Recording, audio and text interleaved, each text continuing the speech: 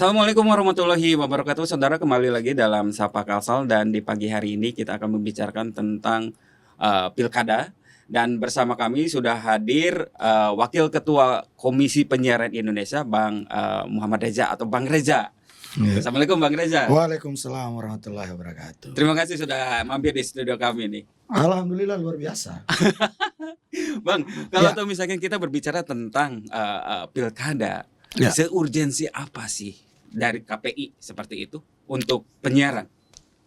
Begini, pemilihan kepala daerah itu 5 tahun sekali. Betul. Yang kedua adalah informasi menjadi ujung tombak. Karena kita tidak mungkin mengandalkan face to face untuk kemudian menyampaikan seluruh informasi pemilihan kepala daerah kepada masyarakat. Maka peran media itu fungsinya kan 3. Sebagai tempat informasi, tempat berita, dan tempat untuk menghibur begitu. Nah, kami pernah bikin riset begitu ya. Rata-rata ada 2 daerah kami bikin survei namanya minat kenyamanan dan kepentingan publik, dibikin oleh KPI Pusat kerjasama dengan 2 universitas. Satu di daerah namanya Jawa Barat dan satu lagi di Gorontalo. Hasil temuannya mendapatkan bahwa hampir 90% masyarakat itu mengandalkan mendapatkan informasi dari media massa, termasuk televisi dan radio. Oke. Radio itu ada di angka 30% ke atas, orang yang masih mengakses informasi. Televisi masih ada di angka 70% ke atas. Penetrasi media sosial itu masih ada di angka meskipun dia juga naik begitu dengan platform-platform, tapi angka ini menunjukkan bahwa banyak orang mendapatkan informasi dari media. Makanya kenapa kemudian KPI berpikir penting untuk kemudian ini diatur.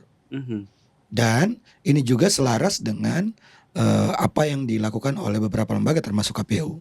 Walaupun juga kan ini hajatannya KPU. Kami hanya ikut berperan serta dalam membantu dan kemudian bersama-sama dalam gugus tugas pemilu bersama KPU, Bawaslu, dan Dewan Pers untuk kemudian memastikan bahwa informasi yang disampaikan lembaga penyiaran itu tepat sesuai dengan hak asasi dan memastikan bahwa itu benar, tidak hoax. Oke. Tapi kalau yang istilahnya perkembangan sekarang ini, media sosial itu kan tinggi, Bang. Kenceng banget. Ya. Rata-rata masyarakat, khususnya untuk Gen Z ya seperti itu, mereka mendapatkan informasinya dari sana, dari media sosial. Apakah masih ada perannya dari sini untuk media penyiaran seperti itu? Gini, Komisi Penyiaran Indonesia hingga hari ini kami belum memang melakukan pemantauan terhadap internet. Oke. Keputusan MK terakhir menyatakan bahwa untuk melakukan pengawasan internet maka penyesuaiannya itu di undang-undang. Cuma kemarin kan rame-rame revisi undang-undang penyiaran gitulah.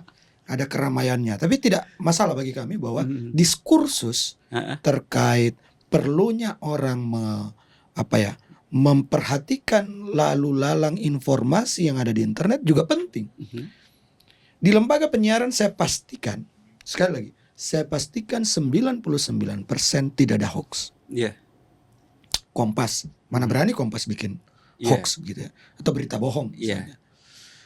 Apalagi Kompas dan TV-TV lain, TV-TV berita, TV-TV hiburan nggak mungkin memproduksi. Kenapa? Karena mereka tahu mereka diawasi oleh KPI dan KPID. Dan ada undang-undangnya. Ada undang-undangnya, ada Undang-Undang 32, ada PP 50, ada PP 51, PP 52, PP 11, PP 46, PP 5, ada P3 SPS.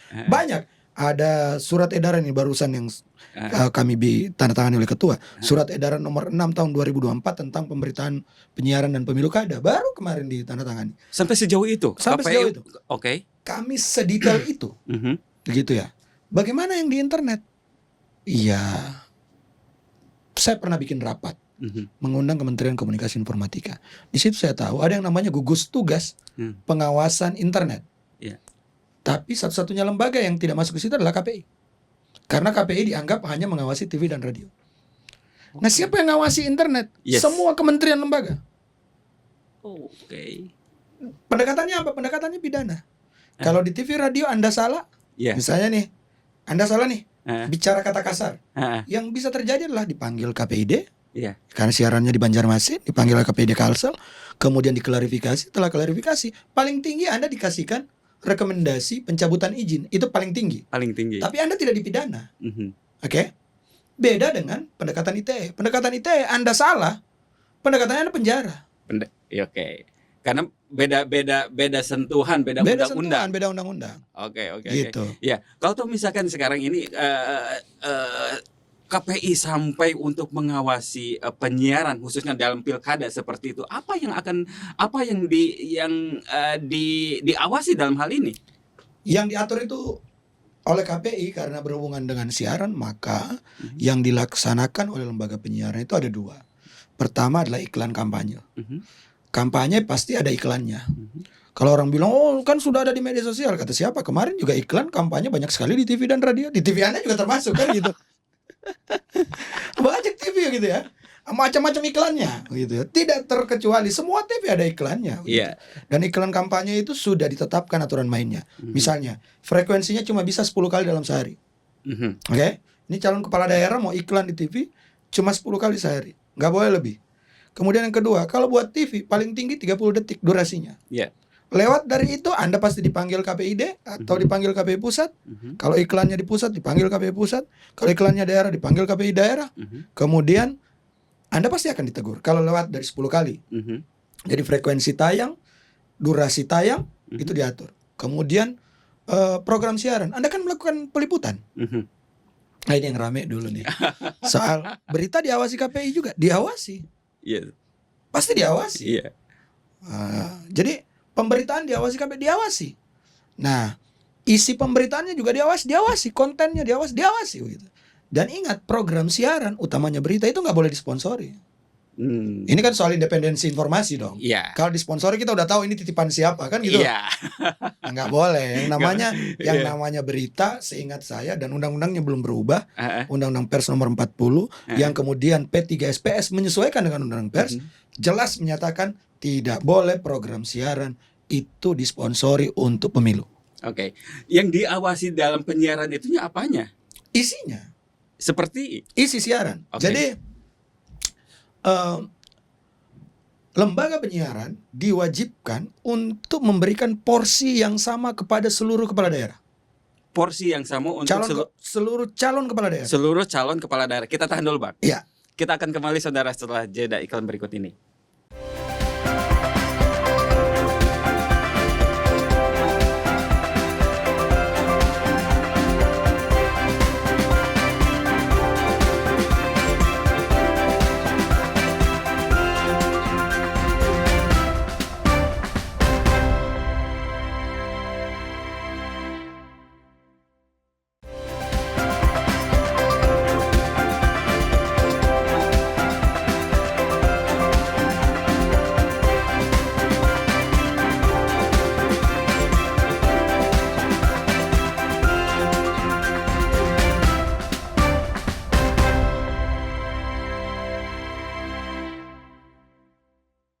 Baik, terima kasih saudara masih di Sapa Kalsan dan kita kembali lagi melanjutkan perbincangan di pagi hari ini. Bang, apa yang diawasi dalam penyiaran itu?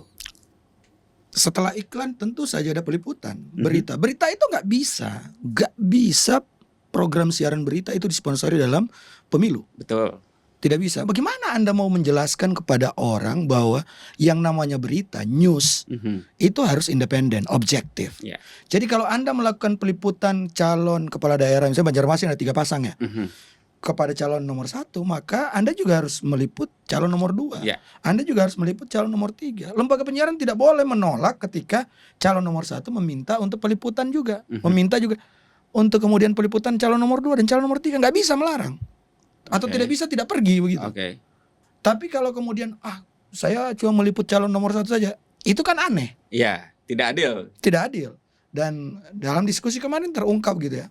Nah kalau di lembaga penyiaran kita ada pengaturan sangat detail. Jadi kalau ada yang bilang bahwa berita-berita sekarang ini pesanan, itu kesalahannya bukan lembaga penyiaran, karena lembaga penyiaran seingat saya, setahu saya ada detail mengatur soal itu. Kalau ada pasti kami panggil. Ada beberapa yang sudah kami panggil dan sudah kami klarifikasi, dan ada yang sudah kami tegur. Itu berkaitan dengan konten juga. Nah, kita bedakan dulu nih. Kalau konten itu internet, Kalau isi siaran lembaga penyiaran. Oke. Biar nggak salah nih orang menangkap. Jadi gini, isi siaran, isi daripada siaran itu maka kami asosiasikan ke lembaga penyiaran. Oke. Kalau konten kita asosiasikan ke internet. Oh, Begitu. iya. Kenapa? Biar terminologinya bisa beda. Bisa beda, betul. Bisa beda. Nah kalau konten, misalnya gini, ini konten nih muncul di internet pesanan orang, ya kami nggak bisa menjangkau itu. Iya, karena Gitu belum ada aturannya juga untuk KPI untuk melakukan hal itu. Iya, ya paling bisa sih Bawaslu dan gugus Ergakumdonya. Iya. Paling bisa Bawaslu gitu ya. Atau Dewan Pers kalau Mhm. itu media online yang terverified oleh Dewan Pers. Tapi kalau di luar itu, saya kira tidak ada yang bisa melakukan apa-apa. Nah, artinya bisa dong. Anda akan berhadapan dengan hukum langsung dengan kepolisian. Iya. Kalau itu isinya memfitnah, isinya negatif. Iya. Tapi kalau positif, ya silakan mungkin tanya ke Bawaslu karena kami tidak bisa merich itu. Tapi kalau ada masyarakat yang misalnya mengadukan, saya sudah titip pesan ke teman-teman KPI daerah, kalau ada yang mengadukan kita juga nggak bisa menolak. Tapi karena ini bukan wilayah, kita teruskan aduannya. Paling bisa kami meneruskan aduan. Kemana? Ke kementerian terkait. Ya ini Komunikasi dan Informatika. Nah sekarang Kementerian Komunikasi dan Informatika mau ngapain? Ya tentu saja urusannya ada di sana. Iya. Bukan Kominfo daerah tapi Kominfo pusat. Urusannya ada di mereka. Di sana ada yang namanya kedirjenan namanya Aptika. Mereka tuh bisa bicara dengan platform. Kalau negatif mereka bisa minta platform untuk take down. Oke. Gitu. Berarti kan tentang penyiaran itu bukan hanya TV saja kan? Ada juga radio yang Ada juga radio. diawasi sama KPI. Seperti apa pengawasan untuk radio? Sama sebenarnya. Iklan juga durasinya diperhatikan. Pemutarannya tetap 10 kali tapi bedanya TV 30 detik, durasi di radio 60 detik. Tapi sama juga bahwa di radio itu frekuensi penayangan tidak boleh. Misalnya saya ada contoh, misalnya di Pileg kemarin ada satu daerah gara-gara pemilik radio yang jadi caleg, isinya tentang pemilik radionya begitu. Oke. Dan itu kami sudah minta KPID untuk panggil, klarifikasi dan berikan sanksi ke radio itu. Dan itu juga sudah diketahui oleh teman-teman di gugus tugas. Nah, hal-hal itu juga diperhatikan.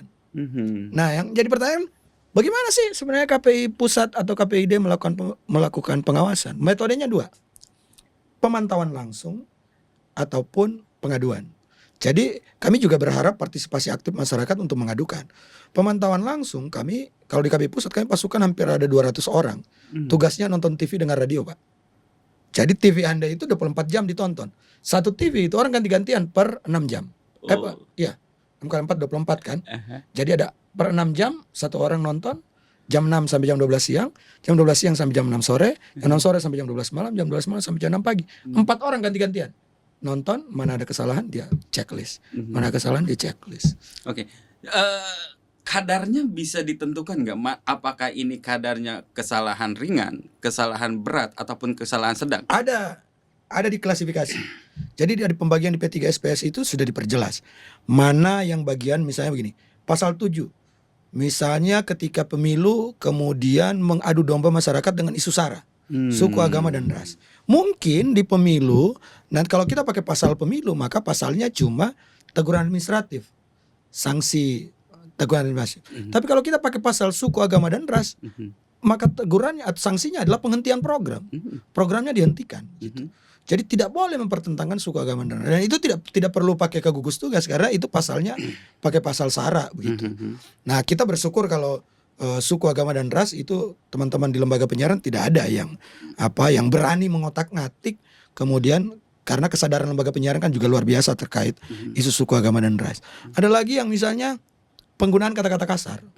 Itu penggunaan kata-kata kasar itu tidak bisa dilakukan juga di lembaga penyiaran. Beda ya dengan media baru atau kita menyebutnya internet. Di internet orang bisa sambil maki, sambil idiomsnya udah kebun binatang isinya. Iya. Karena emang belum ada rule-nya kan? Iya, kalaupun ada rule-nya, itu pakai bahasa Inggris. Oh iya, karena yang si pemilik mediumnya itu yang punya Dia kan rule-nya. bahasa Inggris. Oke. Tapi kalau orang pakai bahasa Indonesia, pakai bahasa daerah, orang tidak tahu. Si algoritmanya nggak bisa tahu bahwa ini ternyata makian kan gitu. Iya. Tapi kalau pakai bahasa Inggris itu algoritmanya bisa mendeteksi. Bisa di take down otomatis.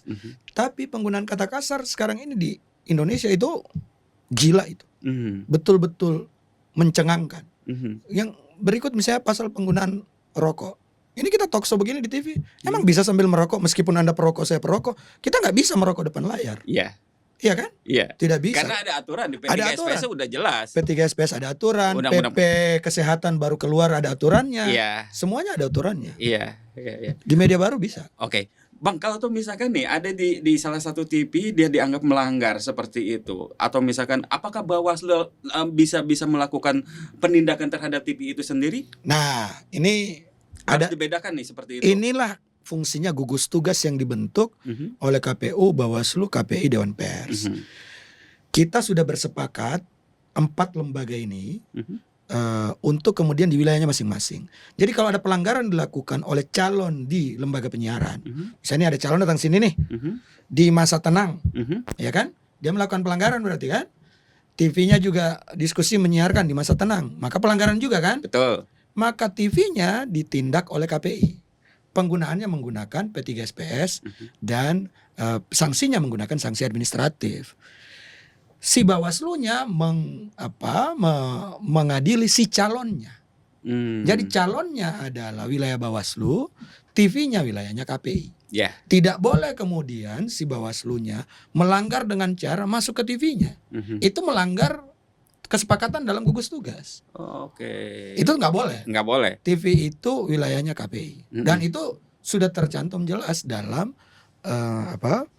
tanda tangan yang dilakukan di Sumatera Utara di Medan di Hari Pers Nasional waktu itu antara Ketua KPI Pusat, Ketua KPU RI, Ketua Bawaslu dan Ketua Dewan Pers. Berarti kan ada kejelasan mengenai kewenangan siapa yang menindak gitu ya seperti itu. Tadi sempat diulas sedikit bahwa akan ada surat edaran dari KPI ya Sudah seperti ada. itu. Sudah ada ya. Baru kemarin ditandatangan. Kita tahan dulu, Bang. Iya. Kita akan kembali saudara setelah jeda iklan berikut ini.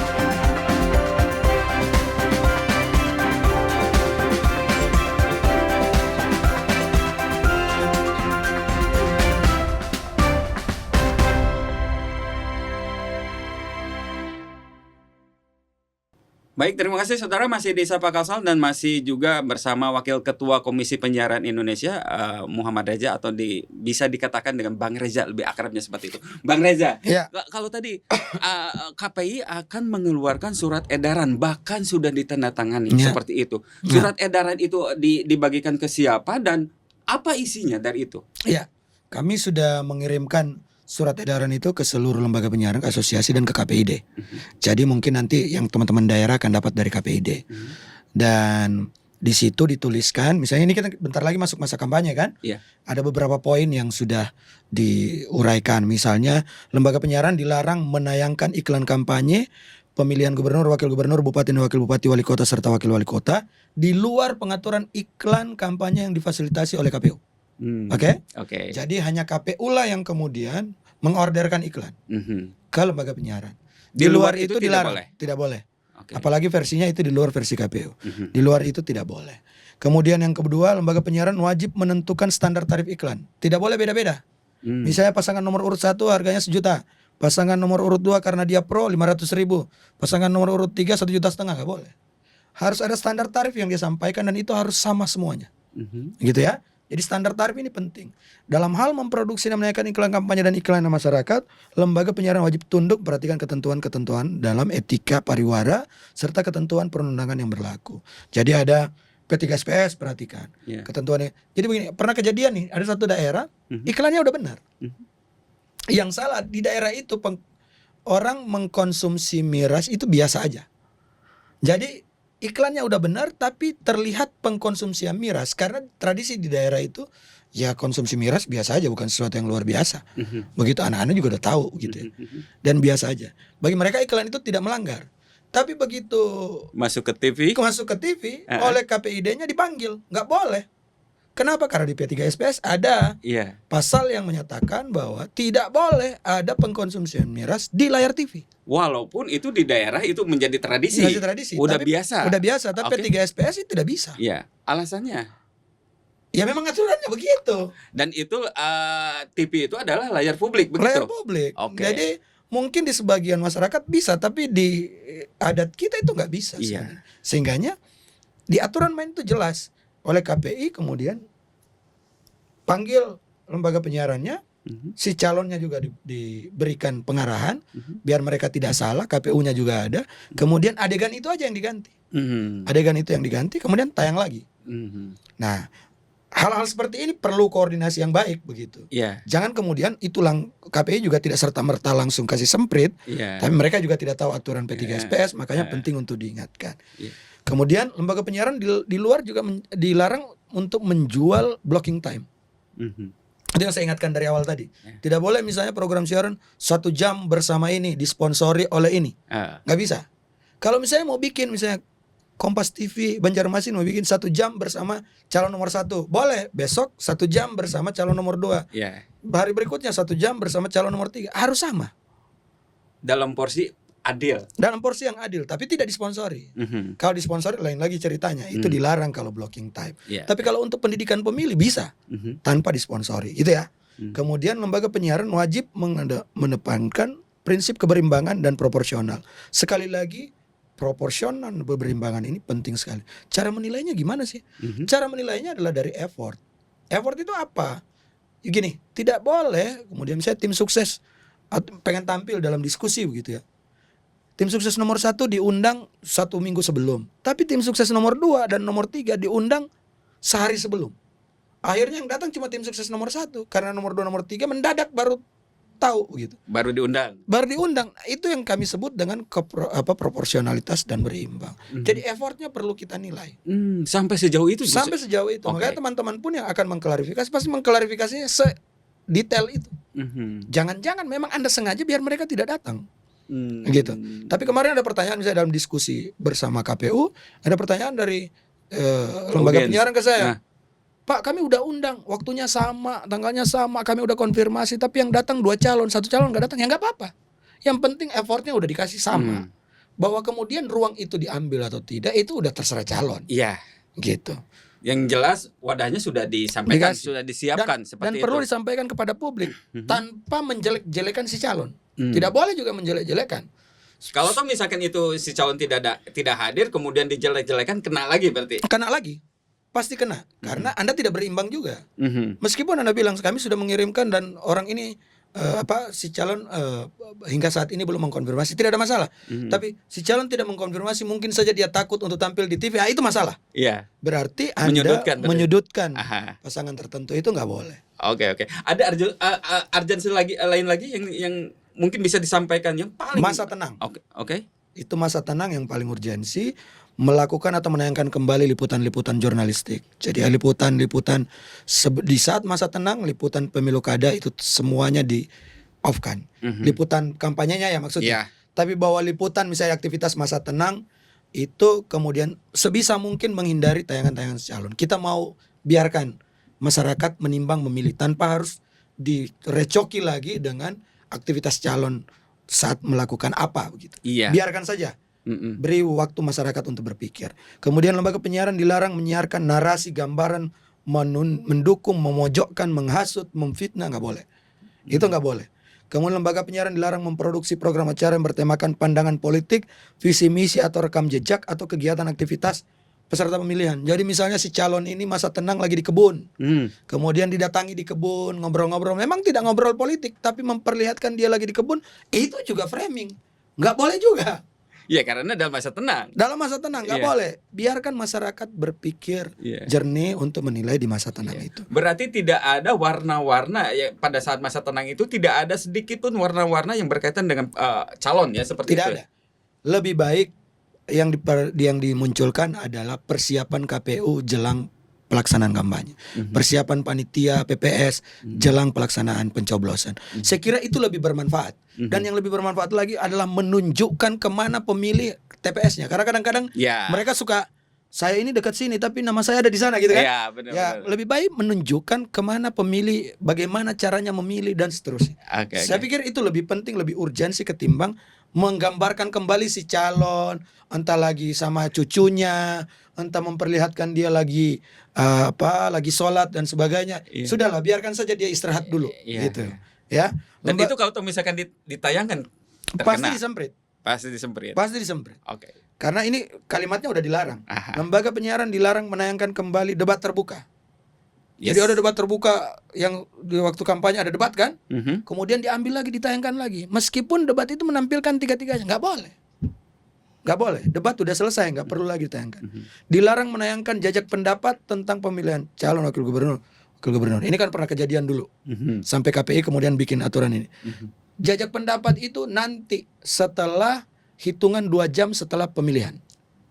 Tidak boleh kemudian itu ditayangkan dalam. Memang kadang-kadang nih ada orang bilang enggak, ini menampilkan realitas pemilih. Enggak. Tetap pasti akan mengarahkan. Iya. Pasti akan mengarah, jadi nggak boleh, dilarang. Gitu. Dan pada saat pemungutan dan penghitungan yang tadi saya bilang, Mhm. hasil quick count dan lain-lain paling cepat 2 jam setelah Mhm. pencoblosan. Jadi misalnya pencoblosan selesai jam 1, maka quick count jam 3 baru bisa tayang. Oke, Bang, sedikit aja nih 30 detik terakhir, mungkin ada sesuatu hal yang sangat urgent untuk disampaikan kepada masyarakat dan juga lembaga penyiaran. Silakan. Iya. Jadi kepada lembaga penyiaran kami berharap memperhatikan detail teknis yang sudah disampaikan oleh surat edaran KPI nomor 6 tahun 2024 tentang pemberitaan pelaksanaan kampanye debat di lembaga penyiaran untuk gubernur, wakil gubernur, bupati, wakil bupati, dan wali kota dan wakil wali kota. Untuk masyarakat, kalau mendapatkan hal-hal negatif di lembaga penyiaran, sekali lagi lembaga penyiaran, kalau di internet itu masih belum wewenang kami. Kalau lembaga penyiaran silakan dilaporkan melalui semua ruang yang disiapkan oleh KPI pusat maupun KPI daerah, baik melalui telepon, WA, Instagram, Facebook, laporkan saja dan kami pastikan itu pasti akan ditindaklanjuti. Meskipun pelaporannya cuma 1, pasti akan kami tindaklanjuti. Jangan lupa sertakan tayangannya kapan, di TV yang mana, radio yang mana, jam berapa, agar kemudian itu bisa ditindaklanjuti dengan baik. Itu aja. Oke, terima kasih Bang. Terima kasih Bang. Demikian Sapa Kasal di pagi hari ini. Kita akan kembali di episode berikutnya dengan narasumber yang lain. Sampai jumpa.